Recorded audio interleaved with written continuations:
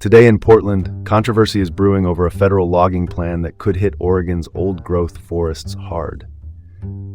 Also ahead, a push to investigate a local firm's alleged drone tech sales to Israel, chaotic sentence adjustments in our prisons, a leadership shakeup at Portland Community College, and a fight over using clean energy dollars for Moda Center upgrades. I'm Dean Bark. Welcome to the City Report in Portland, Oregon. Let's open with the big one.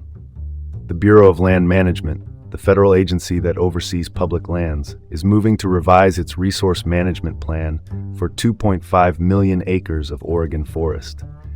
On the table is a proposal that could quadruple timber harvests, pushing cuts back toward pre-1990 levels. The notice of this rewrite landed in February, and a draft environmental impact statement is expected this summer. Federal officials say the plan tracks with a Trump administration executive order to boost timber production. They argue it would reduce wildfire risk and deliver economic benefits to timber communities. Environmental groups, including longtime forest advocates, warn the opposite. They say accelerating cutting in old-growth stands will damage ecosystems, put carbon back in the air, and may even worsen wildfire behavior near sensitive areas. Public opposition is already strong, and court challenges are widely expected.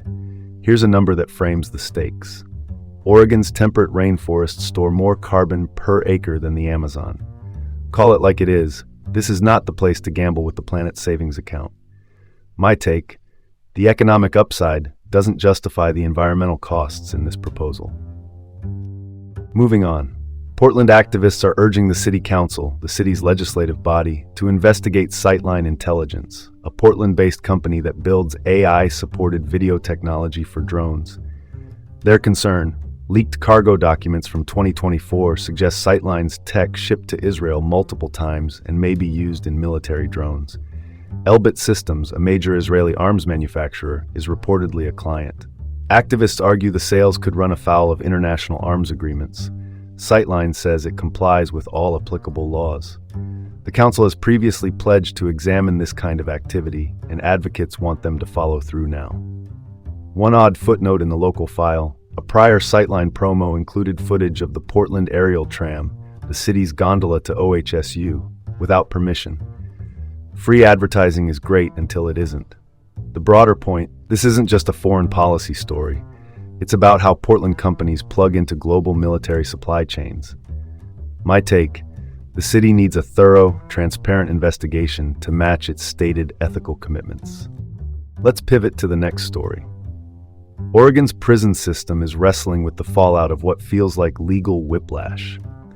After an Oregon Supreme Court ruling allowed credit for time spent in jail before sentencing to be applied to prison terms, 380 people initially saw their sentences reduced last fall. Then came a pause amid public backlash in November, followed by new guidance and reversals. Some people who walked out of custody were brought back in. 17 people who were freed were returned to prison after recalculations. Families, lawyers, and corrections officials have been bouncing between new numbers and new expectations for months, as some cases returned to court in February. The human cost is clear. Plans for reunification are made, then unmade, and the credibility of the process takes a hit. My take: when rulings and recalculations change this fast, the system's inconsistency becomes a disservice to both justice and rehabilitation. All right, next topic. Portland Community College, the region's public 2-year institution, is heading for a leadership change. President Adrian Bennings, who started July 1st, 2022, will resign effective June 30th under a board-approved separation agreement. The deal includes a $261,000 severance and other benefits, along with a non-disparagement clause that split opinion on the board. This comes amid ethics complaints filed in March, alleging potential conflicts of interest tied to her private company, plus ongoing labor disputes and financial strain at the college. Her employment contract automatically extended each year unless the board acted, so the timing of this exit is notable. A quirky detail from the file: Bennings trademarked the slogan "One Together, Together One," a phrase PCC used publicly. Well, that's one way to keep branding close to the vest. My take: moving on from a turbulent tenure is fine, But doing it with limited transparency and a gag clause undermines public trust in how the largest local college is run. Last up, a budget fight at City Hall over the Portland Clean Energy Community Benefits Fund, known as PCEF. That's the voter-approved 2018 tax on the biggest retailers, generating roughly $200 million a year for climate justice and emissions reduction projects.